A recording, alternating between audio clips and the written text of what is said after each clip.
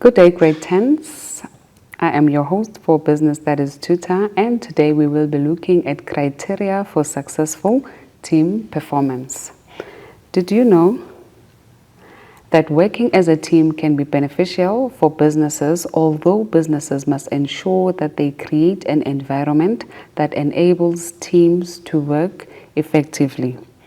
So basically, what you need to understand is that businesses need to ensure that the environment that employees work in, it's much conducive for them to be able to work as a team and to be able to make sure that they are productive in order for the team to do what?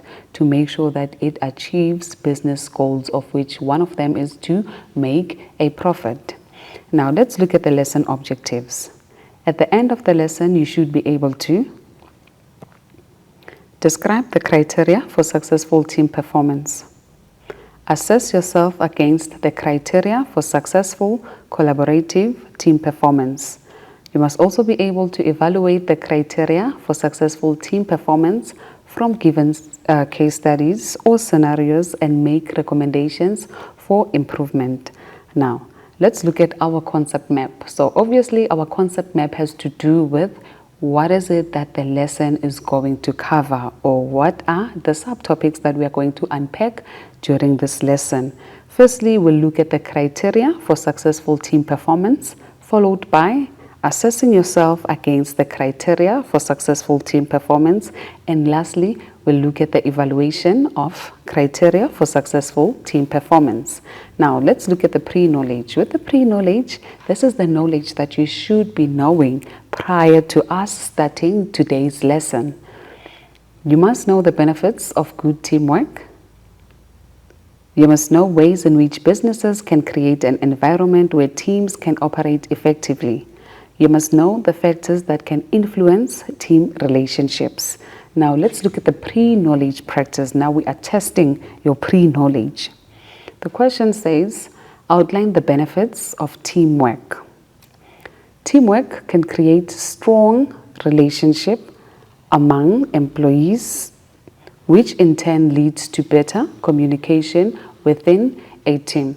So obviously with teamwork, it creates that strong relationship between or amongst the employees, which in turn does what? It leads to better communication, because there will be less conflicts in the workplace because people are able to communicate effectively within a team. The team achieve more than an individual. So obviously if we work together as a team, we can achieve more. Unlike when you work alone. When you work alone, you are only going to be limited to what you are able to do, to produce as an individual. But with teamwork, we are able to achieve greater results or even achieve more. Good teamwork helps business to achieve its objectives. So obviously if we have a good teamwork, it's going to assist us as a business to do what? To achieve those business objectives that we have set for our business. Another pre-knowledge practice question, it says, suggest ways in which businesses can create an environment that enables teams to work effectively. Ensure the team clearly understands the business objectives. So in order for the business to be able to create an environment that enables teams to work effectively, they need to make sure, management of the business needs to make sure that the team members clearly understand what are the business objectives, what is the main aim for the existence of this business. Team members need to understand so that they would understand what is it that they are working towards achieving. Encourage listening and brainstorming. So in order to have an environment that enables teams to work effectively, people have to listen to each other. And after listening to each other, people need to be able to brainstorm, to work together, to come up with ideas, because through brainstorming, we are able to do what? To build up on other people's ideas, which are going to assist the business to move forward in terms of being profitable, in terms of being competitive. Encourage trust, respect, and cooperation among members of the team. So you also need to make sure as management that you encourage trust. Obviously, team members have to trust one another. They need to trust that they have the support of other team members, so that when they lack, they wouldn't just fall down and give up, but instead they are going to get up knowing very well that they are going to have the support of other members.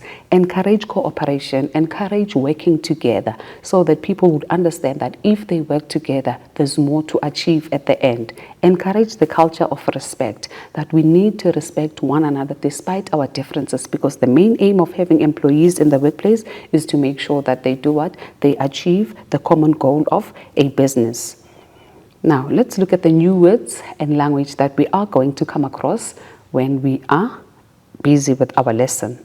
We have collaboration. It's the action of working with someone to produce something. We have openness, the quality of being relatively free from obstruction or relatively unoccupied. We have mutual respect. To have respect for a person involves a fundamental belief in their right to exist, to be heard, and to have the same opportunities as everyone else. We have mutual trust, when employees enjoy a culture of honesty and psychological safety. Let us just go for a quick breather and we will be back.